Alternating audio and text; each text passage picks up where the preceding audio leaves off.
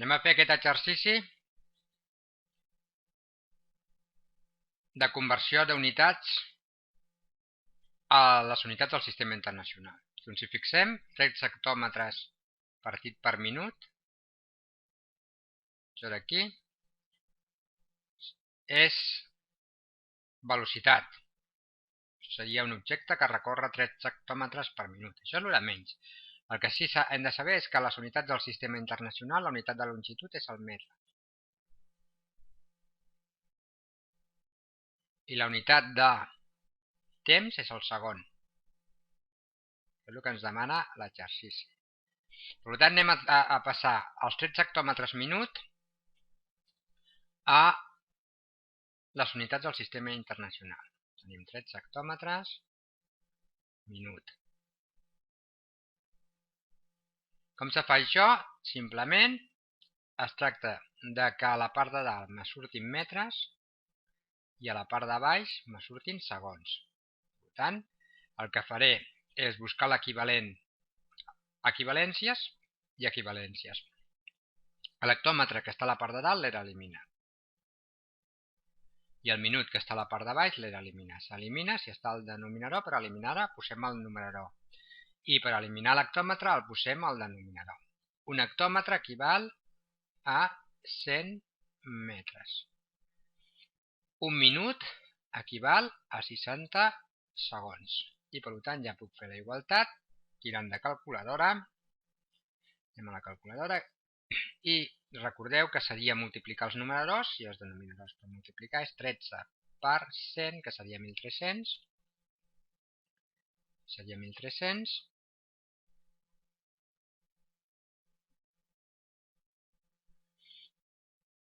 Recordeu que minut i minut se'n va, hectòmetre i hectòmetre se'n va, i al final me queda metres partit per segon.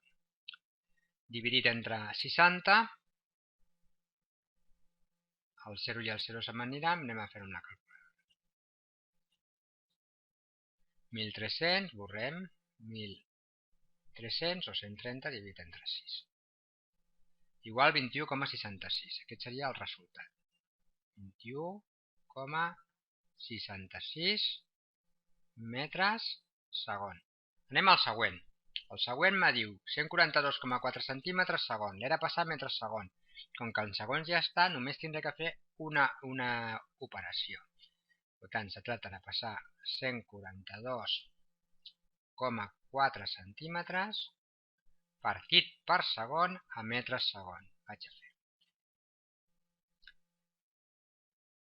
El segon no cal, ja està bé. Per tant, el que he d'eliminar són els centímetres els poso a baix i a dalt m'han de sortir metres. Llavors, plantejament, què és més gran?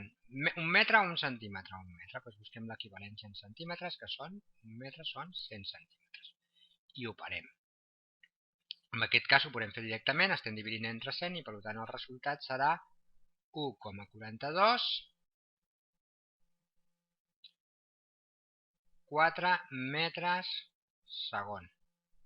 Anem a transformar aquesta altra per mètode de factors de conversió. Ho farem de la mateixa manera. Tenim que són 120 mil·límetres partit per hora. Per tant, a dalt que m'ha de sortir metres, que he d'eliminar mil·límetres, ho poso a sota. Amb les hores, que he d'eliminar hores. On està? A baix, a sota. I segons. I per tant, al final me quedarà metres segon. Anem a fer les equivalències. Recordem que un metre són 1.000 mil·límetres i una hora són 3.600 segons. Per tant, això és dividir 120 entre 3.600.000. Anem a fer. Borrem. I fem 120 multiplicat per 1, que seria 120, dividit 3.600.000. 1, 2 i 3 zeros més. 3.600.000 igual 333 per 10 elevat a menys 5.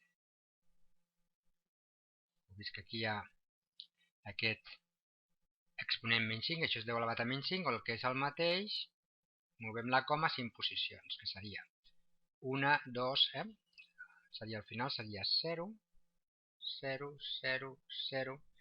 Tenim una posició, dues posicions, 3 posicions, 4 posicions. Per tant, seria 33. Teníem la coma aquí i seria 1, 2, 3, 4, 5. I això seria metres segon. Ara anem a les revolucions per minut. Parlar de revolucions per minut és el mateix que dir 124 voltes per minut. Estem en velocitat angular. Anteriorment estàvem en velocitat lineal. La velocitat angular amb el sistema internacional s'expressa en radians partit per segon. I hem de recordar les següents equivalències.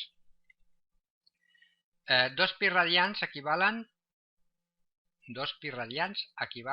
a 360 graus. Jo poso radians, 2 pi radians, Això són 2 pi radians.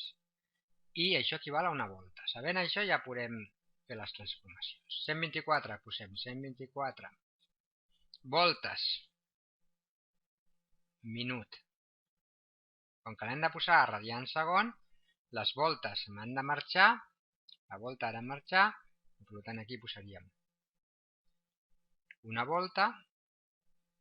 Quants radians són? 2 pi radians. Multiplicat el minut han de desaparèixer, un minut quan són? 60 segons. I ja tenim volta i volta fora, minut i minut fora i en queda radians segon. Això agafarem pi com a 314 i per tant això seria 124 per 628, anem a la calculadora, borrem 124 multiplicat per 6,28, 778,2. 778,2 radians dividit entre 60 segons. Fem aquesta operació, aquest 778,72 el dividim per 72. Voy a borrar-ho per posar-ho bé, borrem i posem 778,72.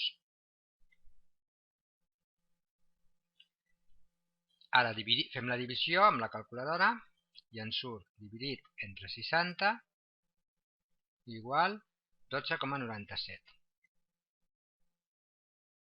12,97 radians segon.